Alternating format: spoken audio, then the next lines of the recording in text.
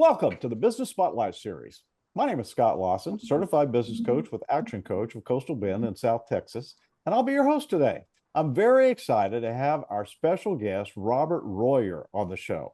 Robert is the founder and president of Building Brands Marketing. Today, we're going to talk to Robert about his business, his journey to business ownership, some challenges, some successes. He'll share what it's really like to own and operate a business as an entrepreneur. If you enjoy this content and find it interesting, please like and subscribe so you get notifications when we publish new content. Well, Robert, welcome to the show.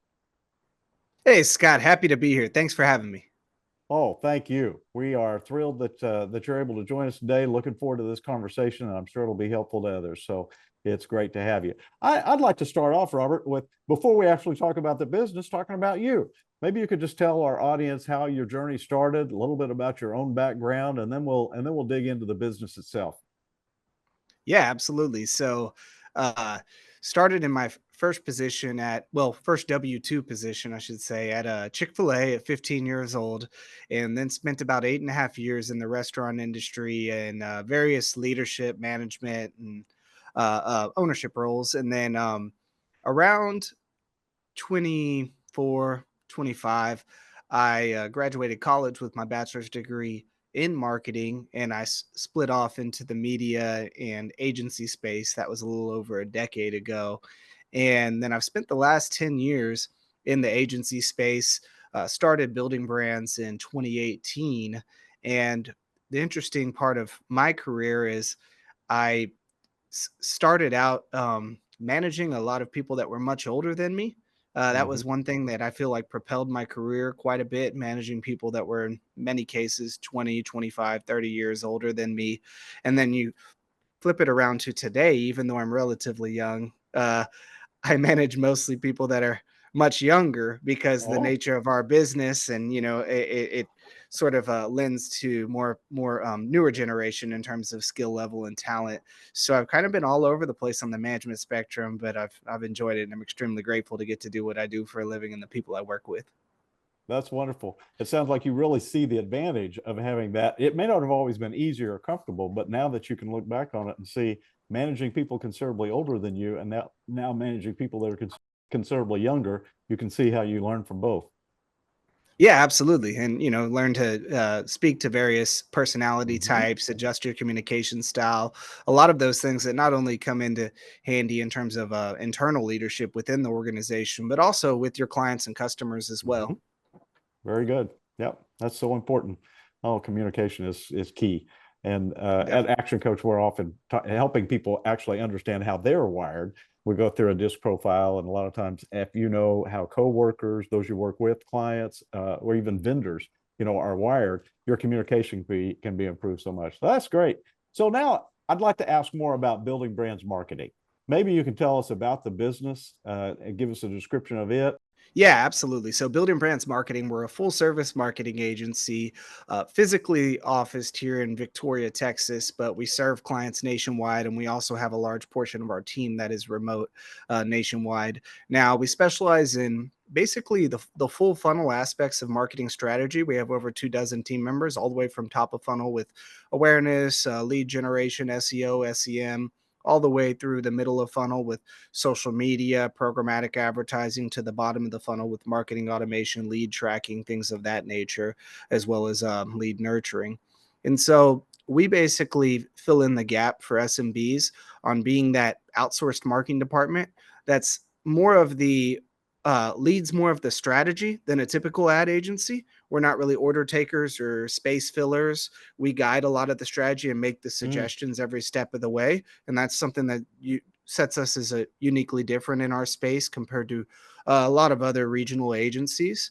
And our really goal is to jump in and be a collaborator with the internal contacts and guiding marketing strategies, and provide that assessment and that ongoing strategy to be able to optimize their results to the best of our abilities. And we're really a data driven, results driven company.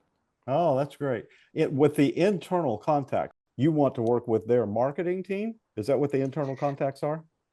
Exactly. Most of the organizations we work with have an internal marketing contact. That's typically the marketing director. Some smaller organizations, it might be the owner in some Mhm. instances, and we typically are an extension of their department. Okay. So they're able to scale at a much quicker pace without having those internal resources because typically our cost of having our entire department, which gets them the graphic designer, the web developer, production people, et cetera, is less than the cost of having one internal employee. So it gives them a lot more resources at a lower cost than hiring it all in house. I see. Great. Robert, if I understand correctly, you offer a white label service so that your marketing appears to the end user or the client of your client to be their marketing team. Can you tell us more about that?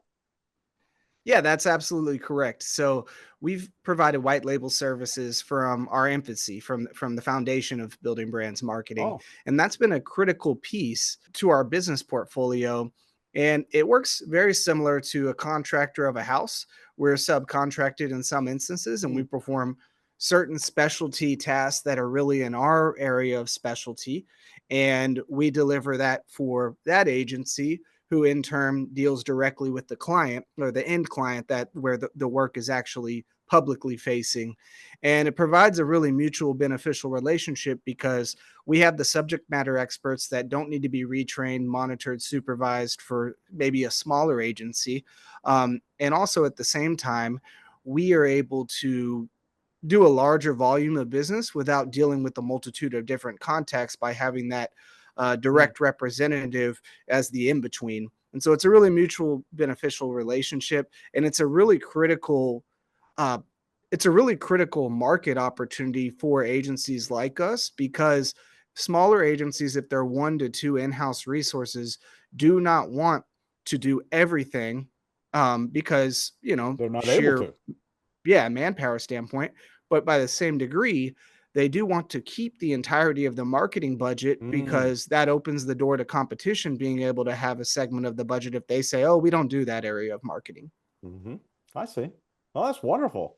That seems like a what I would consider a niche or a niche that you and Building Brands Marketing have kind of included in your service there. So we're often Y- helping helping business owners understand what is specifically unique about what they offer, and that seems like one of the things, probably one of many that you offer. Hey, That's great. Scott, one of the insights in that and how that came about was actually in my original business plan.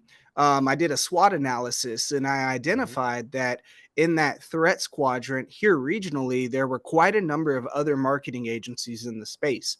And Mm, so it made me start to ponder, hey, is this really even something I should be doing? And so I did a mini SWOT analysis of those competitors that popped up in my mhm. SWOT analysis and I identified what were their major weaknesses.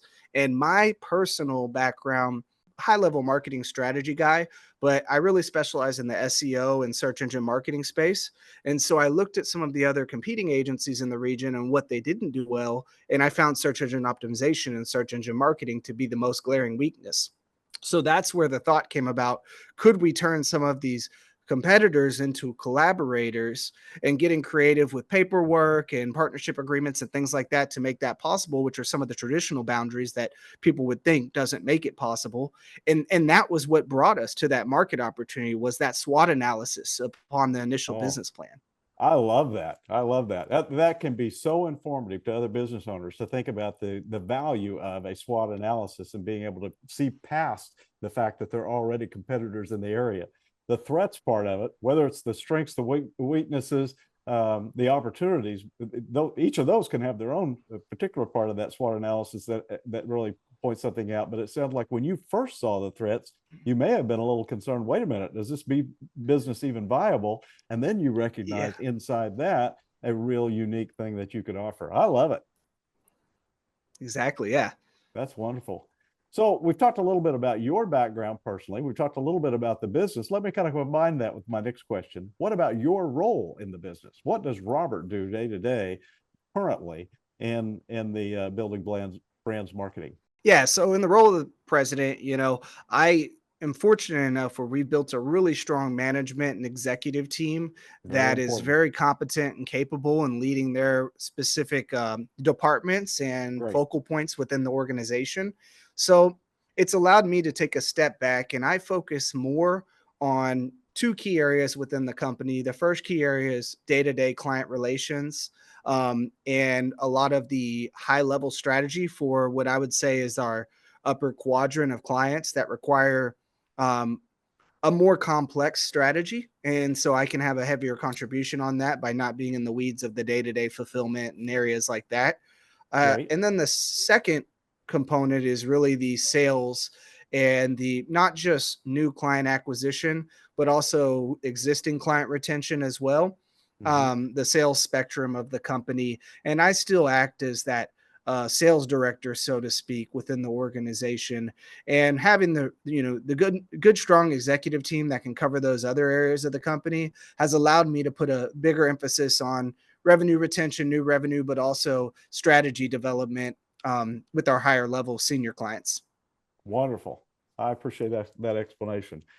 When you think back over the time from the beginning of building brands marketing to today, can you think of the biggest mistakes and what you learned from them? Yeah, absolutely. I think one of the things goes back to our conversation just a few minutes ago, Okay. understanding the right things that need to be outsourced and not wanting to do everything in house or Hmm. internally. Hmm. uh, finding the right things that are, I might be getting bogged down in that Hmm. make more sense to move externally. So, for example, I came from more of uh, bigger companies where we had internal accounting teams, finance departments. I never had to do our own QuickBooks, things like that. Not since I've been in the marketing space. Now, going back to the restaurant business, yes, Hmm. but at any rate, so when I started building brands marketing, I originally did all my own QuickBooks, payroll, things like that. Pretty quickly, I began contracting that out and finding firms to take care of that area because I realized uh, it wasn't the best use of my time and it was the right thing to outsource. So finding the right things to outsource, I would have done quicker in some instances. And I some people look at outsourcing like a negative, but the Hmm. reality is by bringing in an autonomous professional that you don't have to, in some cases, potentially micromanage or Hmm. supervise more than you should be, is the better option to scale faster. So that's one thing. Moving more swiftly on that, I think the second thing is when it comes to in my business, talent is everything or a large chunk of it, not just acquiring new talent, but also retaining your best talent. And because I originally only hired within the Victoria market, I was somewhat limited from a Hmm. talent pool standpoint. And these were in roles that could be done remotely, but not in the same fashion of the way that I originally structured the business. So I had to get a little bit more creative in the workflow structure. Hmm. But Hmm. I made a mistake of looking at resumes and experience and going, hey, you know, I need to have this talent because they meet all the check boxes. And in some cases, for whatever reason, it may not be a good fit for them or for the company and the Hmm. organization. And I think being more open to hiring talent that doesn't meet all the traditional criteria, but meets some of the company culture components and some of the core value components that are, real pivotal to what we founded this company based upon, I think is more critical sometimes than all the experience if they have the ability to learn. And so I think I would have maybe adapted more rapidly on Hmm. Hmm. being more flexible on experience requirements there as well. I love that. We often work with business owners who, in the very beginning, when they are a solopreneur and they have to wear every hat, and they have bills to pay, so they never want to say no to a potential client. They end up spreading themselves so thin that they haven't yet learned that lesson that you talked about, where they are spending time on something they could hire someone to do much quicker, and they could be spending Mhm. their valuable time on that particular client or group of clients that really are going to be their niche or going to be the thing that gives them an advantage. And the retention of good talent is so critical. But I think I hear you saying you had to make a few pivots even in what you described or the boxes you checked in identifying who good talent was as you saw the conditions changing. I think people need to be prepared to adapt as they find themselves in a little different situation, some of which is from their growth and some of which is due to this just the times being different. Yeah. I mean, think about it, if especially in a service-based business where you have a more specialized skill set in some instances, such as our business, if you're trying to hire all locally, over time, as you grow to a certain point, you're going to have tapped out more and more of that Mm-hmm. pool, Mm-hmm. where the talent availability becomes more limited. So now you have to either A, try to create talent that maybe doesn't exist in the market, or B, get more creative about how you hire that talent, and Right. or otherwise C, you could just keep doing the same thing and expect the same results, and that generally doesn't work, you Yeah. know. Robert, when you think about success, who's the first person you think of and why?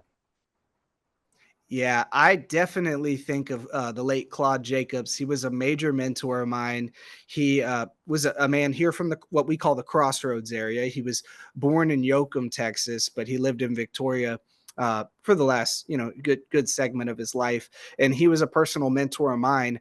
I when I think of success, not only do I think of him as successful because from a business standpoint, he was extremely successful, involved in multiple business ventures, well-respected businessman in the community, served on a number of boards, so on and so forth.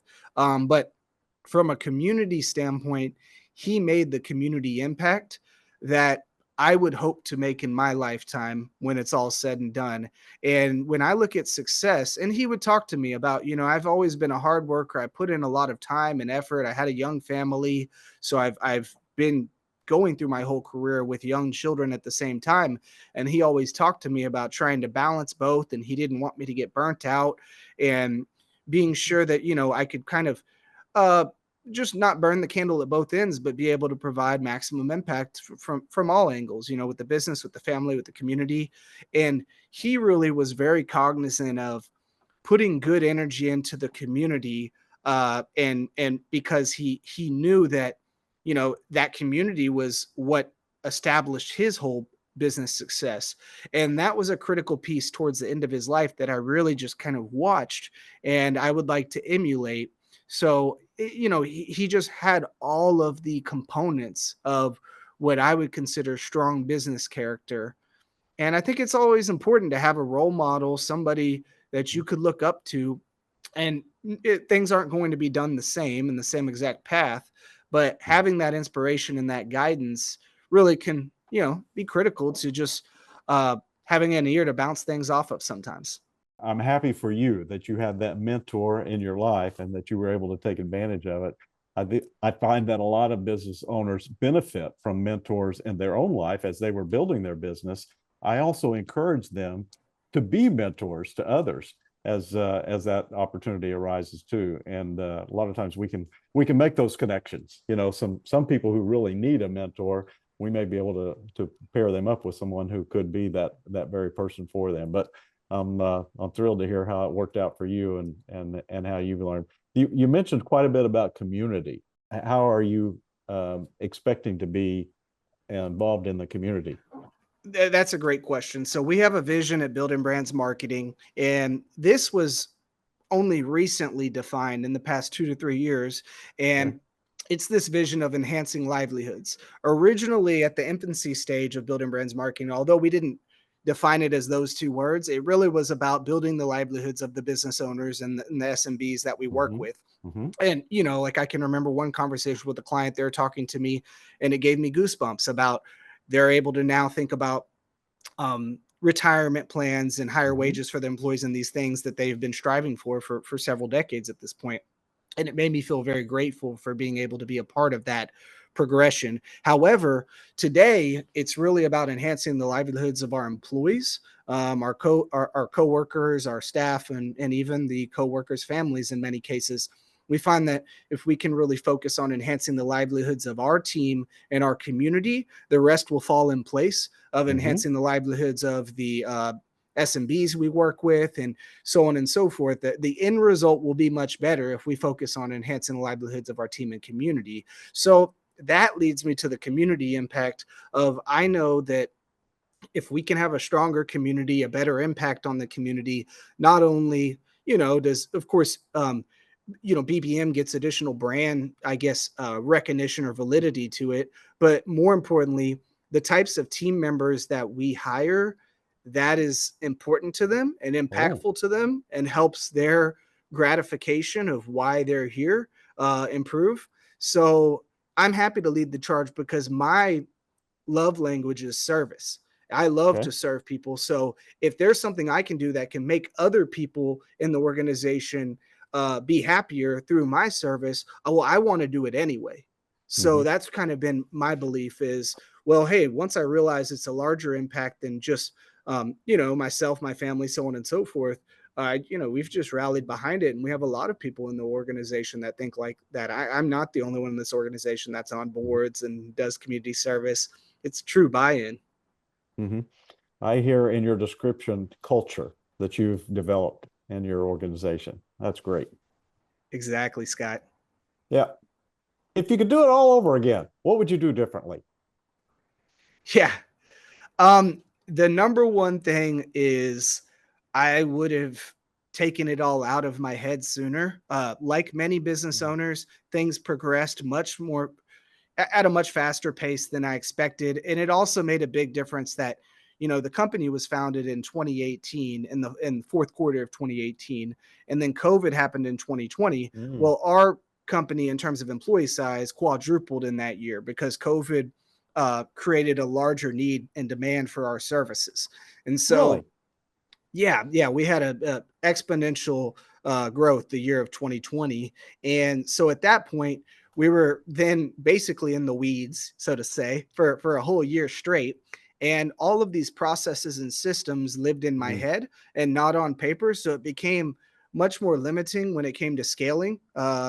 In terms of training, development, hey, Robert, tell me this process on how you do this. mhm, And I would have done that from day one, started building a system of SOPs and training modules that were all documented with, video libraries and so on and so forth. I have this thing today called a knowledge base that is it's accumulation of a bunch of different training resources that we've developed over the past few years. And I think if we had that from day one, how robust that knowledge base mhm, would be for our client relations team and our strategists. And I think we were behind the ball in doing that. I think for most businesses, being at the 6 year point and having a robust library at this point is probably successful in terms of, target benchmark, although we lost a lot of time because we didn't do it mhm, from day one. mhm. That's great. Great advice. Business owners all over should understand the importance of having the standard operating procedures and having things documented, as you say. And I love the fact that you even mentioned video in that, because oftentimes when I talk about standard operating procedures, I'm talking about written instructions that people recognize as on paper, in writing, steps 1 through 10, or whatever it might be. And later it became, well, I can show some of that with a photograph and be able to help people actually understand when they've done that particular process right. But more recently, a lot of times video is the best way to actually show someone the proper way to go through some particular procedure or go through the steps of a system to be able to do things. And what we often will say at Action Coach is, if you don't put it down in one of those means, on paper, using photographs, or using video, you're destined to do it again. But the flip side of that is, if you document it, as you've exactly explained here, that means somebody else can follow those instructions. And that's not necessarily a task that, in this case, Robert has to do, or in the case of so many business owners, that they must continue to do that particular procedure or system. They now have something that they can turn over to somebody else. Oftentimes that is, let the new person watch over my shoulder while I, as the experienced person, do it, following my procedure. Then I'll watch over their shoulder while they do it, and then soon they're expert enough. I can release that. Yeah, Scott, the one extra tidbit on that, the thing I love about video as a training resource is two things. First of all, it's incredibly convenient. I prefer Loom. I would recommend Loom to any business owner that's out Okay. there because it has a browser extension. You can turn it on, start recording while you're doing a normal task that you would be doing anyway, and Okay. it puts your face on the screen and you could talk and it picks up your audio. So it's extremely convenient. It's as simple as click a button before I do what I was about to do anyway. Hmm. and then send that to a team member. And I documented myself doing what I was going to do anyway. And it took me a total of 5 additional seconds. Mm-hmm. Now, the second thing is, especially in our industry, some of our SOPs are really complex. They can be 15 to 20 steps, clicking in different windows and different sections. When I look at a 15 to 20 step SOP, I am pretty overwhelmed, and I'm used to following SOPs because of the industry I've chosen. So when I see a 3-minute video, it's less anxiety producing for me Mm-hmm. to, rather, and not that I'm not suggesting don't accompany it with a written SOP. That's helpful. But if they can watch the video first and see, okay, this is a 3-minute video, when they see 20 steps, they're thinking a 30-minute task of and so Mm-hmm. if this Mm-hmm. can be done in 3 minutes, now they're going, okay, this is digestible in my 15-minute interval of open meeting time I have right now, or that sort of thing. I love that. Yeah. Thanks for that. Not that I could think of. This has been great, and hopefully there are some useful resources in today's discussion that business owners can find helpful. Scott, you've been a great host, and thanks for having me on the show. Oh, well, thank you very much. If our listeners and viewers want to learn more about building brands marketing, where should they go? Yeah, we used to have a old commercial, and at the end we didn't say the website or anything. We would say just Google us, Building Brands Marketing. But Well, the truth is, you can go on to any platform and just search Building Brands Marketing, LinkedIn, Twitter, okay. Facebook, and we'll be there under Building Brands Marketing. Or you could just Google us. Okay, great, great. Thank you very much. Robert, thanks for sharing your story. This has been very interesting. I know the viewers and listeners are going to find it very valuable, and I really appreciate your time. This is the Business Spotlight Series with Scott Lawson from Action Coach of Coastal Bend and Robert Royer of Building Brands Marketing. Please be sure to like and subscribe so you can continue to see great content. Thank you for watching or listening today. Bye for now. Thanks, Scott. It's been a blast.